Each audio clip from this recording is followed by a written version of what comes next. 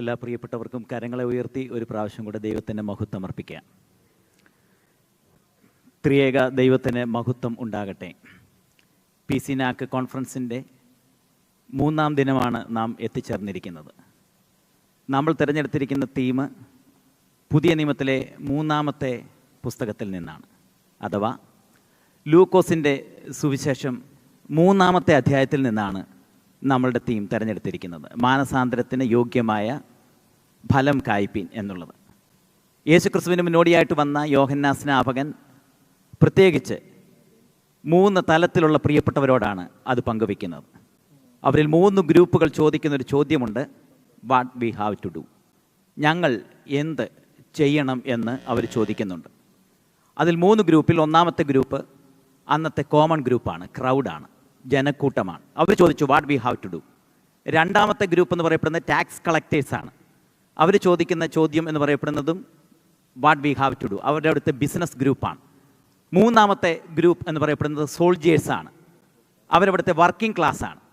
അവർ ചോദിക്കുന്ന ചോദ്യം what we have to do, ഞങ്ങൾ എന്ത് ചെയ്യണം എന്ന് അവരും ചോദിക്കുന്നു. PCNAC കോൺഫറൻസിൻ്റെ ഈ തീം ഇവിടെ അലയടിക്കുന്ന ഈ സാഹചര്യത്തിൽ ഇവിടെ കൂടി വന്നിരിക്കുന്ന നാം ഓരോരുത്തരും നമ്മളോട് ചോദിക്കേണ്ട പ്രധാനപ്പെട്ട ചോദ്യമാണ് what we have to do, ഞങ്ങൾ എന്ത് ചെയ്യണം മാനസാന്തരത്തിന് യോഗ്യമായ ഫലം കായ്ക്കുവാനായിട്ട്.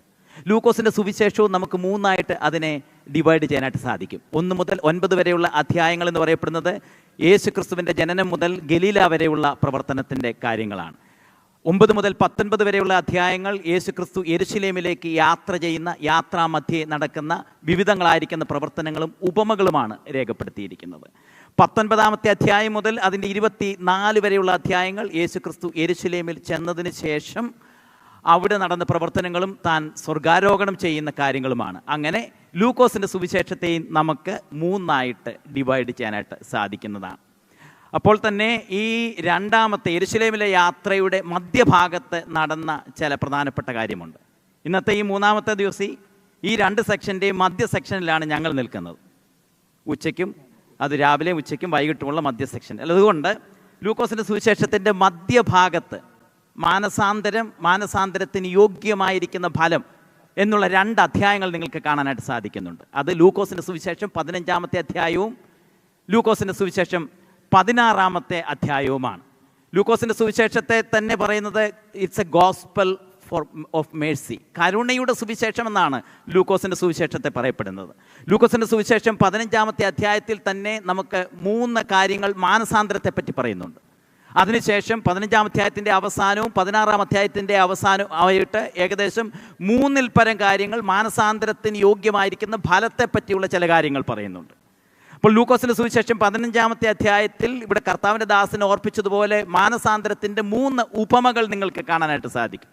15-ാമത്തെ അധ്യായത്തെ വിളിക്കുന്നത് സുവിശേഷത്തിൻ്റെ അകത്തെ സുവിശേഷം എന്നാണ്. 15-ാമത്തെ അധ്യായത്തിൽ ഗോസ്പൽ എമംഗ് ദ ഗോസ്പൽസ് എന്നാണ് 15-ാമത്തെ അധ്യായത്തെ വിളിക്കുന്നത്. അപ്പോൾ അതിൻ്റെ അകത്ത് മാനസാന്തരത്തെപ്പറ്റി 3 ഉപമകൾ പ്രഖ്യാപിച്ചിട്ടുണ്ട്. അത് ഒന്നെന്ന് പറയപ്പെടുന്നത് ഒരു ആടിൻ്റെ നഷ്ടമാണ്, അജ്ഞത മുഖാന്തരം ആല വിട്ടുപോയ ഒരു ആടിൻ്റെ ഉപമ. 2-ാമതെന്ന് പറയപ്പെടുന്നത് അശ്രദ്ധ മുഖാന്തരം ബ്രഹ്മ നഷ്ടപ്പെട്ടു പോയ ഒരു സ്ത്രീയുടെ ഉപമ. 3-ാമതെന്ന് പറയപ്പെടുന്നത് അഹന്ത മുഖാന്തരം വീടിറങ്ങിപ്പോയ ഒരു ചെറുക്കൻ്റെ കഥയാണ്. അപ്പം അജ്ഞത, അശ്രദ്ധ, അഹന്ത. ഒന്ന് 100-ൽ 1 മറ്റേത് 10-ൽ 1, മറ്റൊന്ന് 2-ൽ 1 എന്ന് നമുക്ക് കാണാനായിട്ട് സാധിക്കുന്നുണ്ട്. അങ്ങനെയെങ്കിൽ കുറെ കൂടെ നമ്മൾ പറയുകയാണെങ്കിൽ 1-ാമത്തെ ഉപമയിൽ നമുക്ക് കാണാൻ കഴിയുന്നത് അതൊരു ആനിമൽ വേൾഡിനെ പറ്റിയാണ്, മൃഗത്തിൻ്റെ ലോകത്തെ പറ്റിയാണ്. 2-ാമത്തെ എന്ന് പറയപ്പെടുന്നത് ഒരു മെറ്റീരിയൽ വേൾഡിനെ പറ്റിയാണ്, ധാതു ലോകത്തെ പറ്റിയുള്ള ഒരു പരാമർശമാണ് രേഖപ്പെടുത്തിയിരിക്കുന്നത്. 3-ാമത്തേത് എന്ന് പറയപ്പെടുന്നത് കുറെ കൂടെ ഒരു മനുഷ്യലോകത്തെ പറ്റിയുള്ള ഒരു കാര്യമാണ്. അപ്പോൾ മെറ്റീരിയൽ വേൾഡിൻ്റെയും ആനിമൽ വേൾഡിൻ്റെയും ഹ്യൂമൻ വേൾഡിൻ്റെയും സമഗ്രമായിരിക്കുന്ന ഒരു വീണ്ടെടുപ്പിൻ്റെ ചരിത്രമാണ് മാനസാന്തരം എന്ന് പറയപ്പെടുന്നത്. ഇതിൻ്റെ അകത്ത് 3-ൻ്റെ അകത്ത് നമുക്ക് കാണാൻ കഴിയുന്ന മറ്റൊരു പ്രധാനപ്പെട്ട കാര്യം എന്ന് പറയപ്പെടുന്നത് 1-ാമത്തെ ആടിനെ തേടി പോകുന്ന ഇടയൻ, അത് നമ്മുടെ വാഴ്ത്തപ്പെട്ട കർത്താവായ യേശുക്രിസ്തുവാണ്. ബ്രഹ്മ തിരക്കി പോകുന്ന സ്ത്രീയെ സംബന്ധിച്ചിടത്തോളം വിളക്ക് കത്തിച്ച് വെക്കുന്നത് അത് നമുക്ക് പരിശുദ്ധാത്മാവിനെ നമുക്ക് കാണാനായിട്ട് സാധിക്കുന്നുണ്ട്. അതുപോലെ തന്നെ മുടിയൻ പുത്രനെ കാത്തിരിക്കുന്ന ഒരു പിതാവിനെ പറ്റി നമ്മൾ കാണുമ്പോൾ അത് നമ്മുടെ സ്വർഗസ്ഥനായിരിക്കുന്ന പിതാവിൻ്റെ ചിത്രമാണ്. കുറച്ചുകൂടെ പറഞ്ഞു കഴിഞ്ഞാൽ പുത്രപുത്ര പരിശുദ്ധാത്മാവാം ത്രിയേക ദൈവത്തിൻ്റെ ഒരു തൃത്വ നടനമാണ് മാനസാന്തരം എന്ന് പറയപ്പെടുന്നത്. അതുകൊണ്ടാണ് ഈ പുസ്തകത്തെ സന്തോഷത്തിൻ്റെ സുവിശേഷം എന്ന് പറയപ്പെടുന്നത്. ലൂക്കോസ് 15 എന്ന് പറയപ്പെടുന്നത് സന്തോഷത്തിൻ്റെ സുവിശേഷമാണ്. അതുകൊണ്ട് 3 കാര്യങ്ങൾ അവിടെ രേഖപ്പെടുത്തിയിട്ടുണ്ട്. അതിനുശേഷം 3 പ്രധാനപ്പെട്ട കാര്യങ്ങൾ, മാനസാന്തരത്തിൻ്റെ ഫലത്തെ പറ്റി രേഖപ്പെടുത്തുന്ന 3 പ്രധാനപ്പെട്ട കാര്യങ്ങൾ പറയുന്നുണ്ട്. മാനസാന്തരത്തിൻ്റെ ഫലം കായ്ക്കേണ്ടിയിരുന്ന ചേട്ടായി, ആ വീട്ടിലെ ചേട്ടായി അനുയായി മാനസാന്തരപ്പെട്ട് വന്നപ്പോൾ അവനെ വിമർശിക്കുകയും അവനെ കുറ്റപ്പെടുത്തുകയും അവൻ വേശ്യമാരുടെ കൂടെ സഹവസിച്ചു എന്ന് പറഞ്ഞ് ട്രോളിറക്കി അവനെതിരായിട്ട് അപമാനത്തിൻ്റെ കേസുകെട്ടുകൾ ഉണ്ടാക്കാൻ തുടങ്ങി. മാനസാന്തരത്തിൻ്റെ ഫലം കാണിക്കേണ്ട ആ വീട്ടിലെ മൂത്തപുത്രനായിരിക്കുന്ന ആ പെന്തിക്കോസുകാരൻ അവനവിടെ കാണിച്ചത് ട്രോളിറക്കി അവനെ അപമാനിക്കപ്പെടുന്നതായിരുന്നു അവിടെ കാണിച്ചത്. അതിനുശേഷം നമുക്കിവിടെ കാണാൻ കഴിയുന്നത് 16-ാം അധ്യായത്തിൽ വേറെ 2 കാര്യങ്ങൾ കൂടെ കർത്താവ് പറയുന്നുണ്ട്. എൻ്റെ സമയം ഇവിടെ അവസാനിച്ചുകൊണ്ടിരിക്കുകയാണ്. വേറെ 2 കാര്യങ്ങൾ കൂടെ കർത്താവ് അവിടെ തൻ്റെ ശിഷ്യന്മാരോടും ദ്രവ്യാഗ്രഹികളായിരിക്കുന്ന പരീശന്മാരോടും പറയുന്ന പ്രധാനപ്പെട്ട 2 കാര്യങ്ങൾ അവിടെ രേഖപ്പെടുത്തിയിരിക്കുന്നുണ്ട്. സ്വത്തും സമ്പത്തും എങ്ങനെ പങ്കിടണമെന്ന് ഞാനടക്കമുള്ള മലയാളി പെന്തിക്കോസുകാരികൾ വിചിന്തനം ചെയ്യേണ്ട പ്രധാനപ്പെട്ട 2 ഉപമകൾ ഈ ലൂക്കോസിൻ്റെ സുവിശേഷം 16-ാമത്തെ അധ്യായത്തിൽ പറയപ്പെടുന്നുണ്ട്. അതിൽ ഒന്ന്, നമ്മൾ പലപ്പോഴും പൊതുസമൂഹത്തോട് സംവാദിക്കാറുള്ള മരണാനന്തര ജീവിതത്തെപ്പറ്റിയും പാതാളത്തെപ്പറ്റിയും യാതനത്തെയൊക്കെ പറ്റിയും പറയുന്നതാണ്. പക്ഷേ അത് അതിനേക്കാൾ ഉപരിയായിട്ട്, മരണാനന്തര ജീവിതത്തിൻ്റെ സൂചനകളെക്കാട്ടിലുമൊക്കെ ഉപരിയായിട്ട് ധനത്തിനോടുള്ള ആസക്തി, ധനം എങ്ങനെ വിനിയോഗിക്കണം, ധനത്തിൻ്റെ കാര്യവിചാരകത്വം എങ്ങനെയാണ് എന്ന് പഠിപ്പിക്കുന്ന 2 ഉപമകളിലെ ഏറ്റവും അവസാനത്തെ ഉപമയാണ് 16-ാമത്തെ അധ്യായത്തിൻ്റെ അവസാനത്തെ ഉപമ. അതിൽ 3 ഭാഗങ്ങൾ കാണാം. നമുക്ക് കാണാം. നമുക്കതിൽ കാണാൻ കഴിയുന്നത് 3 വ്യക്തികളെയാണ് നമുക്ക് അതിൻ്റെ അകത്ത് കാണാൻ കഴിയുന്നത്. ശ്രദ്ധിക്കുക, മാനസാന്തരത്തിന് യോഗ്യമായ ഫലം കായ്ക്കുവാൻ വേണ്ടി what we have to do എന്ന് ചോദിച്ച് ഈ PCNAC കോൺഫറൻസിൽ വന്നിരിക്കുന്ന നമ്മളോട് ചോദിക്കേണ്ട, എന്നോട് ചോദിക്കേണ്ട പ്രധാനപ്പെട്ട ചോദ്യങ്ങൾ ഈ ഉപമയോടുള്ള ബന്ധത്തിൽ നമ്മുടെ ഹൃദയങ്ങളിൽ ഈ ദിവസങ്ങളിൽ ആഴമായിട്ട് പതിയേണ്ടത് അത്യാവശ്യമായിരിക്കുന്ന കാര്യമാണ്. ആ ഉപമയിൽ 3 പ്രധാനപ്പെട്ട കാര്യങ്ങൾ, മരണാനന്തര ജീവിതം എന്നുള്ളതല്ലതിനെക്കാട്ടിലും ഉപരിയായിട്ട് ധനാസക്തി, ധനവിനിയോഗം, ധനകാര്യ വിചാരകത്വം എന്ന വിഷയമാണ് അവിടെ രേഖപ്പെടുത്തിയിരിക്കുന്നത്. ശ്രദ്ധിക്കുക, അവിടെ 3 പേരിൽ ഒന്ന് ധനവാനായ മനുഷ്യനാണ്. അദ്ദേഹം സന്തോഷവാനാണ്, അദ്ദേഹം സംതൃപ്തനായ മനുഷ്യനാണ്, അദ്ദേഹം ആഡംബരത്തിൻ്റെ പ്രിയമുള്ള മനുഷ്യനാണ്. ധനം എന്ന വാക്കിൻ്റെ അർത്ഥം തന്നെ ധന്യമാക്കുന്നത് എന്നാണ്. ശ്രദ്ധിക്കുക, ധനം എന്ന വാക്കിൻ്റെ അർത്ഥം തന്നെ ധന്യമാക്കുന്നത്. ധന്യമാക്കേണ്ടതാണ് നമ്മുടെ ജീവിതം. ലൂക്കോസ് എന്ന എഴുത്തുകാരൻ തൻ്റെ ഉപമകൾ പറയപ്പെടുമ്പോൾ നമ്മുടെ ഈ സംസ്കാരത്തോട് രേഖപ്പെടുത്തി ധന്യമാക്കേണ്ടതിനെ നമ്മൾ വഷളാക്കി മാറ്റുന്ന ഒരു കാലഘട്ടത്തെ പറ്റി 3 ഉപമകളിൽ കർത്താവായ യേശുക്രിസ്തു പറയപ്പെടുന്നുണ്ട്. അത് ഈ ഉപമയെ നമ്മൾ കാണുന്നത് the culture of luxury or entertainment. അഥവാ ഇവിടുത്തെ ഈ ധനവാനായ മനുഷ്യൻ ആഡംബരപ്രിയനും അതുപോലെ തന്നെ സുഖിച്ച് ജീവിച്ചിരുന്ന ഒരു മനുഷ്യനാണ്. നമ്മുടെ കൾച്ചറും അത് തന്നെയാണ്. The age of luxury and entertainment. ലൂക്കോസിൻ്റെ സുവിശേഷം 12-ാമത്തെ അധ്യായത്തിൽ ഒരു മനുഷ്യനെ പറ്റി പറയുന്ന ഒരു ഉപമയെ പറ്റി പറയപ്പെടുന്നുണ്ട്. അക്യൂമുലേറ്റ് ചെയ്യാനായിട്ട് ശ്രമിക്കുന്ന ഒരു മനുഷ്യൻ, ഒരു ധനവാനായിരിക്കുന്ന ഒരു മനുഷ്യനെ പറ്റി പറയുന്നു. The age of accumulation or greed. അത് നമ്മളുടെ കൾച്ചറിൻ്റെ ഭാഗമാണ്. ധൂർത്തപുത്രൻ്റെ കഥ പറയുന്ന സംസ്കാരത്തെ പറ്റി പറയപ്പെടുമ്പോൾ അവിടെ ആ മനുഷ്യന് അവിടെ പണമുണ്ടായിരുന്നു. അവൻ്റെ ജീവിതത്തിൽ പണമുണ്ടായിട്ടും എങ്ങനെ വിനിയോഗിക്കണമെന്നറിയാതെ ധൂർത്തിൻ്റെ സംസ്കാരമായിരുന്നു. നമുക്ക് പൈസ ഉണ്ടതുകൊണ്ട് എങ്ങനെയും വിനിയോഗിക്കുക എന്ന് പറയപ്പെടുന്നത് ഒരിക്കലും യോജിക്കുന്നതല്ല. കാരണം അങ്ങനെ വിനിയോഗിക്കപ്പെട്ട് കഴിഞ്ഞാൽ ഇത് പാപമാണെന്ന് വിശുദ്ധ ബൈബിൾ നമ്മെ പഠിപ്പിക്കുന്നു. അതുകൊണ്ട് 3-ാമതായിട്ട് പറയപ്പെടുന്നതാണ് ധൂർത്തിൻ്റെ സംസ്കാരം. The age of luxury, the age of greed, the age of extravagance. അപ്പം ധനവാനായ മനുഷ്യനെ പറ്റി രേഖപ്പെടുത്തിയിരിക്കുന്നത്. 2 നമുക്കവിടെ കാണാൻ കഴിയുന്നത് പാവപ്പെട്ട ഒരു മനുഷ്യനെ പറ്റിയാണ്. ലാസർ എന്ന് പറയപ്പെടുന്ന മറ്റൊരു മനുഷ്യനെ പറ്റിയാണ്. അദ്ദേഹം ആരോഗ്യമില്ലാത്ത മനുഷ്യനാണ്, ദരിദ്രനായ മനുഷ്യനാണ്, ഭക്ഷണത്തിന് വേണ്ടി കാത്തിരിക്കുന്ന മനുഷ്യനാണ്. ലൂക്കോസിൻ്റെ സുവിശേഷം ഉടനീളം പാവപ്പെട്ടവരോടുള്ള ഒരു സന്ദേശം കൂടിയാണ് നമുക്ക് കാണാൻ സാധിക്കുക. അതുകൊണ്ടാണ് ലൂക്കോസിൻ്റെ സുവിശേഷത്തെ ഗോസ്പൽ ഫോർ ദ പുവർ എന്നോ gospel for the least, lost and the last എന്നൊക്കെ പറയപ്പെടുന്നതിൻ്റെ പ്രധാനപ്പെട്ട കാരണം ലൂക്കോസ് എപ്പോഴും പാവപ്പെട്ടവരെ ഉദ്ധരിക്കുവാൻ വേണ്ടി വളരെയധികം രചനകൾ എഴുതിയിട്ടുള്ള ഒരു മനുഷ്യനായിരുന്നു താൻ. അതുകൊണ്ട് ഇവിടെ നമുക്ക് കാണാൻ സാധിക്കുന്നത് 2-ാമത്തേത് ലാസർ എന്ന് പറയപ്പെടുന്ന മനുഷ്യൻ, 3 അബ്രഹാം എന്ന് പറയപ്പെടുന്ന മറ്റൊരു വ്യക്തി. ഇവരുടെ ഇനി 3 വ്യക്തികളുള്ളപ്പോൾ തന്നെ ഇവർക്ക് 3 അവസ്ഥകൾ ഉണ്ടായി എന്ന് രേഖപ്പെടുത്തുന്നുണ്ട്. 3 അവസ്ഥകൾ. ഇവരുടെ 3 രംഗങ്ങളാണ് നമുക്ക് ഈ ഉപമയിൽ വീണ്ടും കാണാനായിട്ട് കഴിയുന്നത്. ഒന്ന്, ധനവാനെ അടക്കി എന്ന് രേഖപ്പെടുത്തിയിട്ട് അവൻ ഒറ്റയ്ക്ക് ഒരു സ്ഥലത്തേക്ക് പോകുന്നു. രണ്ടാമതായിട്ട് ഇവിടെ രേഖപ്പെടുത്തിയിരിക്കുന്നത് ലാസറിനെ ദൂതൻ എടുത്തുകൊണ്ട് പോയി. ഇപ്പം 2 സ്ഥലങ്ങളിലേക്ക് 2 അവസ്ഥകൾ. പിന്നീട് നമുക്ക് കാണാൻ കഴിയുന്നത് ധനവാൻ ഇവിടെ യാചകനായി, യാചകൻ ഇവിടെ ധനവാനായി. ശ്രദ്ധിക്കുക, ധനവാൻ ഇവിടെ യാചകനായി, യാചകൻ ഇവിടെ ധനവാനായി.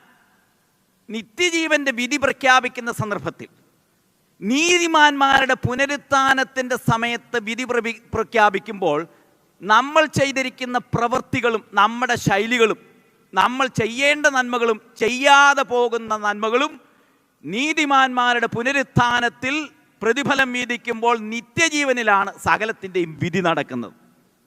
ഇവിടെ രേഖപ്പെടുത്തിയിരിക്കുകയാണ് ധനവാൻ യാചകനായി. ധനം എന്നുള്ളത് തെറ്റൊന്നുമല്ല, ധനം ഒരിക്കലും തെറ്റല്ല. ധനം ദൈവം നമുക്ക് നൽകിത്തരുന്ന ദൈവത്തിൻ്റെ ദാനമാണ്. കർത്താവ് ധനവാന്മാരെ മൂഢരെന്നും വിളിച്ചിട്ടുണ്ട്, മകനെ എന്നും വിളിച്ചിട്ടുണ്ട്. ലൂക്കോസ് 12 പറയുന്നു, മൂഢ, ഈ രാത്രിയിൽ നിന്റെ ആത്മാവിനെ ഞാൻ നിന്നോട് ചോദിച്ചാൽ. അപ്പോൾ തന്നെ വേറൊരു ധനവാനായിരിക്കുന്ന ഒരു മനുഷ്യനെ ഇവനും അബ്രഹാമിൻ്റെ മകൻ എന്ന് വിളിക്കപ്പെടുവാൻ ഈ വീടിന് രക്ഷ വന്നിരിക്കുന്നു എന്ന് പറയുന്ന ഭാഗങ്ങൾ നമുക്ക് കാണാനായിട്ട് സാധിക്കുന്നുണ്ട്. അപ്പം ധനവാൻ ആകുന്നത് ഒരിക്കലും തെറ്റല്ല.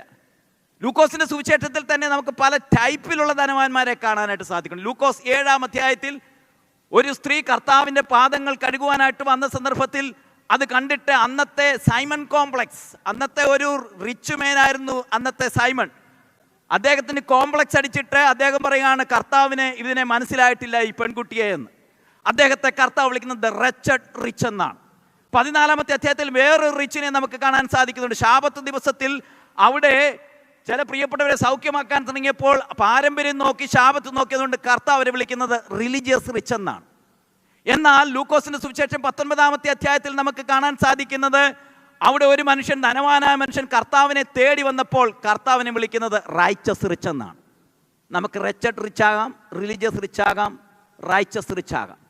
ഇവിടെ ധനവാൻ ഇവിടെ ഈ പ്രത്യേക നിത്യജീവനിൽ അല്ലെങ്കിൽ ദൈവരാജ്യത്തിൽ യാചകനായിട്ട് കിടക്കുകയാണ്. എന്നാൽ യാചകൻ ഇവിടെ അബ്രഹാമിൻ്റെ മടിയിൽ ആയിരിക്കുകയാണ്.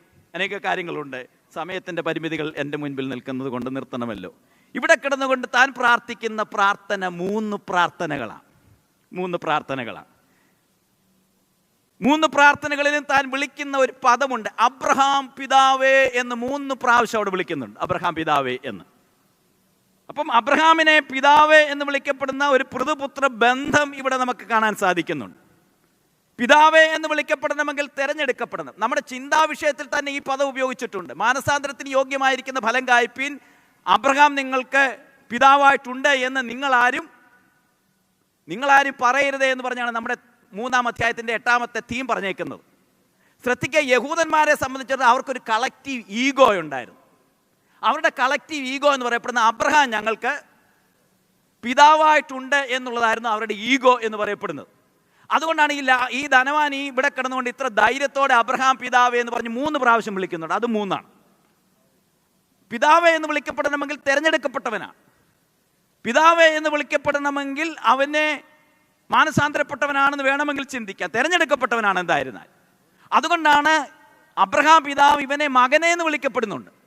മകനെ, നിന്റെ ആയുസ്സിൽ നീ നന്മയും ഇവണ്ണം തിന്മയും എന്നൊക്കെ പറഞ്ഞ് അവിടെ മകനെ എന്നും പിതാവേ എന്നുമൊക്കെയുള്ള ബന്ധങ്ങൾ നമുക്ക് കാണാൻ സാധിക്കുന്നുണ്ട്. അപ്പം അബ്രഹാം ഞങ്ങൾക്ക് പിതാവായിട്ടുണ്ട് എന്നുള്ളൊരു ഈഗോ കൺസെപ്റ്റ് ഉണ്ടായിരുന്നു.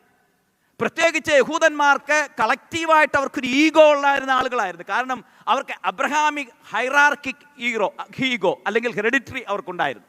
കാരണം ഞങ്ങൾ അബ്രഹാമിൻ്റെ പാരമ്പര്യത്തിൽപ്പെട്ടവരാണ് എന്നുള്ളൊരു വലിയ ഈഗോ അവർക്കുണ്ടായിരുന്നു. പാരമ്പര്യത്തിൻ്റെ അഹന്തയുള്ള പ്രിയപ്പെട്ടവർ. രണ്ടാമതായിട്ട് അവർക്ക് അബ്രഹാമിക്ക് ഫെയ്ത്ത് ഈഗോ ഉണ്ടായിരുന്നു, വിശ്വാസികൾ എന്നുള്ള വലിയ ഈഗോ, ഭക്തിയുടെ ഈഗോ ഉണ്ടായിരുന്ന ആളുകളായിരുന്നു അവർ. ആത്മീയതയുടെ അഹന്തയുണ്ടായിരുന്ന പ്രിയപ്പെട്ടവരായിരുന്നു അവർ. കാരണം വീണ്ടും അവർക്കുണ്ടായിരുന്ന 3-ാമത്തെ ഈഗോ എന്ന് പറയപ്പെടുന്ന എബ്രഹാമിക് കവനന്റൽ ഈഗോ അവർക്കുണ്ടായിരുന്നു. ഉടമ്പടിയുടെ മക്കൾ എന്നുള്ള അഹന്ത ഈ അബ്രഹാമിൻ്റെ മക്കൾക്ക് ഉണ്ടായിരുന്നു. കാരണം എല്ലാ അനുഗ്രഹവും ഞങ്ങൾക്ക്, നമ്മളും ചിലപ്പോൾ പറയത്തില്ല എല്ലാത്തിൻ്റെ അനുഗ്രഹം ഞങ്ങളെ ദൈവം അനുഗ്രഹിച്ചു. അപ്പോൾ അനുഗ്രഹത്തിൻ്റെ അഹന്തയും ഭക്തിയുടെ അഹന്തയും പാരമ്പര്യത്തിൻ്റെ അഹന്തയും ഒക്കെ ഉണ്ടായിരുന്ന പ്രിയപ്പെട്ടവരായിരുന്നു. പ്രിയമുള്ളവരെ, ആരോ പറഞ്ഞതുപോലെ നമുക്ക് ആവശ്യം ഈഗോയാണോ ഈശോയാണോ?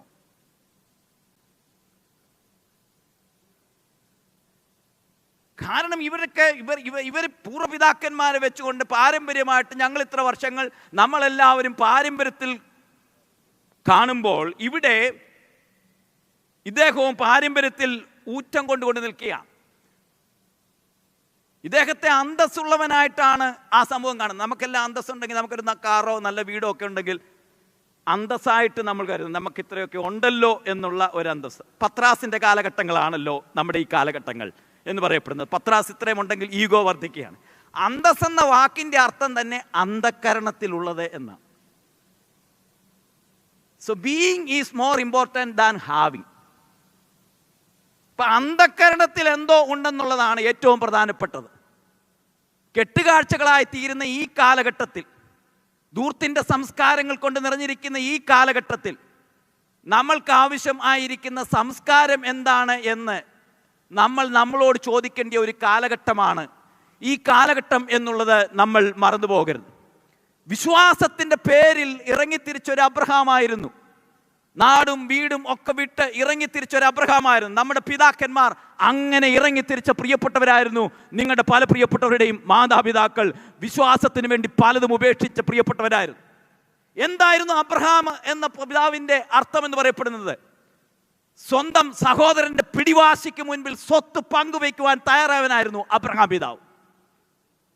സ്വന്തം സഹോദരന്റെ പിടിവാശിക്ക് മുൻപിൽ സമ്പത്തുകളുടെ അപകാരം സന്തോഷത്തോടുകൂടെ പങ്കുവെച്ച എത്രയോ പെന്തക്കോസ് മാതാപിതാക്കൾ നമുക്ക് പൂർവികരായിട്ടുണ്ട്. 39ാമത്തെ ഈ കൺവെൻഷൻ നമ്മളിവിടെ നടത്തുന്ന സന്ദർഭത്തിൽ വിശ്വാസത്തിൻ്റെ പേരിൽ, പാരമ്പര്യത്തിൻ്റെ പേരിൽ, ആത്മീയതയുടെ പേരിൽ ഏറ്റവും സ്നേഹിക്കപ്പെട്ടതിനെ ബലിയായിട്ട് അർപ്പിക്കുവാൻ കരുത്ത് കാണിച്ചവനായിരുന്നു അബ്രഹാം എന്ന് പറയപ്പെടുന്നത്.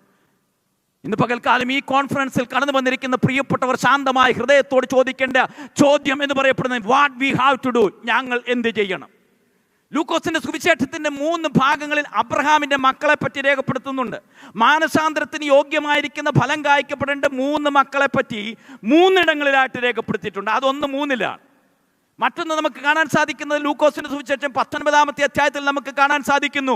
അദ്ദേഹം ധനവാനായിരിക്കുന്ന മനുഷ്യനായിരുന്നു. He was professionally excellent. He had lot of possessions.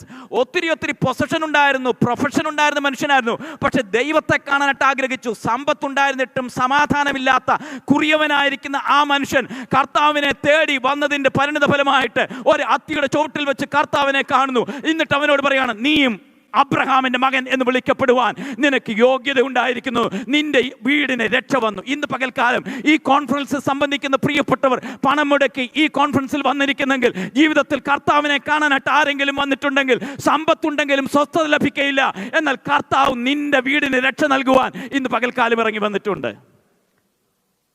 അടുത്തതുള്ളതെല്ലാം മറ്റു കോൺഫറൻസുകളിൽ. ദൈവം നമ്മെ അനുഗ്രഹിക്കട്ടെ.